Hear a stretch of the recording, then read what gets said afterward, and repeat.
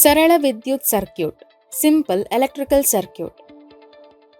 ಮಾಯಾ ಆಟವಾಡಿದ ನಂತರ ಮನೆಗೆ ಬಂದಳು. ಅವಳು ಫ್ಯಾನ್ ಮತ್ತು ಲೈಟ್ನ ಸ್ವಿಚ್ ಆನ್ ಮಾಡಿದಳು. ಫ್ಯಾನ್ ಚಲಿಸಲು ಪ್ರಾರಂಭಿಸಿತು, ಆದರೆ ಬಲ್ಬ್ ಬೆಳಗಲಿಲ್ಲ. ಫ್ಯಾನ್ ಕೆಲಸ ಮಾಡುತ್ತಿದ್ದರಿಂದ ಮನೆಯಲ್ಲಿ ವಿದ್ಯುತ್ ಇದೆ ಎನ್ನುವುದು ಖಚಿತ. ಆದರೆ ಬಲ್ಬ್ ಏಕೆ ಬೆಳಗಲಿಲ್ಲ? ಅವಳು ಯೋಚಿಸಲು ಪ್ರಾರಂಭಿಸಿದಳು. Bulb on ಆಗದಿರಲು ಕಾರಣಗಳೇನು?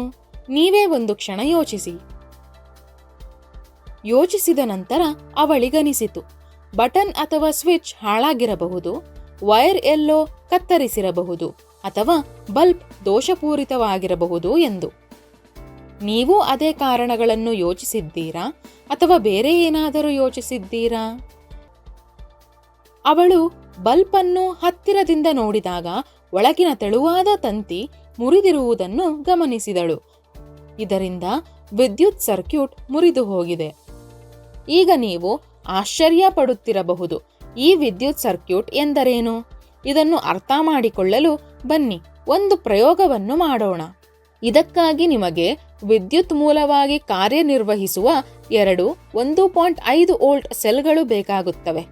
ಸುಮಾರು 20 ಸೆಂಟಿಮೀಟರ್ನಷ್ಟು ಇನ್ಸುಲೇಟೆಡ್ ತಂತಿ, ಒಂದು LED ಬಲ್ಬ್, ಎಲೆಕ್ಟ್ರಿಕಲ್ ಟೇಪ್, ಕತ್ತರಿ, ವೈರ್ ಸ್ಟ್ರಿಪ್ಪರ್ ಮತ್ತು ಒಂದು ಕಾರ್ಡ್ಬೋರ್ಡ್ ತುಂಡು.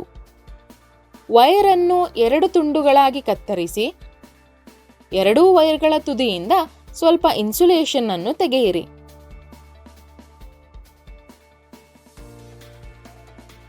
ಎರಡೂ ಸೆಲ್ಗಳನ್ನು ಈ ರೀತಿ ಸಂಪರ್ಕಿಸಿ.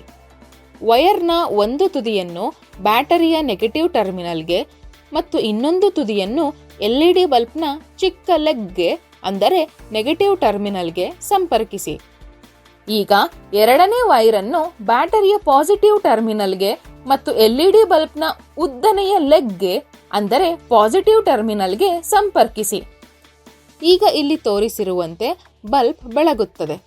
ವಿದ್ಯುತ್ ಮೂಲ, ವೈರ್ಗಳು ಮತ್ತು ಬಲ್ಬ್ ಅಥವಾ ಯಾವುದೇ ವಿದ್ಯುತ್ ಸಾಧನವನ್ನು ಸರಿಯಾದ ಕ್ರಮದಲ್ಲಿ ಸಂಪರ್ಕಿಸಿದಾಗ ವಿದ್ಯುತ್ ಸರ್ಕ್ಯೂಟ್ ಪೂರ್ಣಗೊಳ್ಳುತ್ತದೆ ಮತ್ತು ಸಾಧನವು ಕಾರ್ಯನಿರ್ವಹಿಸಲು ಪ್ರಾರಂಭಿಸುತ್ತದೆ. ಇಲ್ಲಿ ಬಲ್ಬ್ ಬೆಳಗಿದ ಹಾಗೆ. ಈ ಸೆಟಪ್ ಅಥವಾ ರಚನೆಯನ್ನು ಸರಳ ವಿದ್ಯುತ್ ಸರ್ಕ್ಯೂಟ್ ಎಂದು ಕರೆಯಲಾಗುತ್ತದೆ.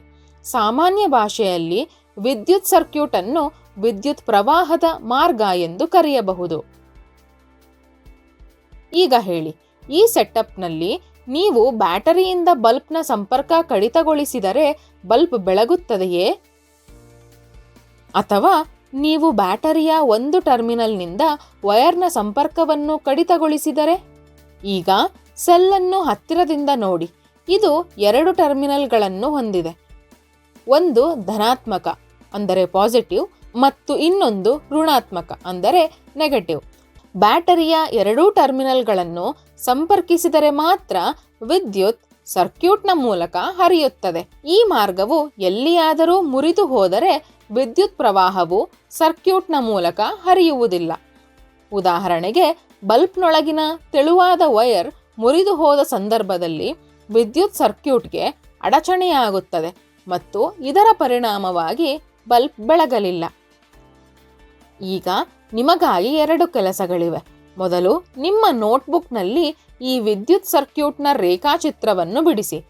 ಎರಡನೆಯದಾಗಿ, ಸೆಲ್ನಲ್ಲಿ ವಿದ್ಯುತ್ತನ್ನು ಯಾವುದು ಉತ್ಪಾದಿಸುತ್ತದೆ ಎಂಬುದನ್ನು ಕಂಡುಹಿಡಿಯಿರಿ.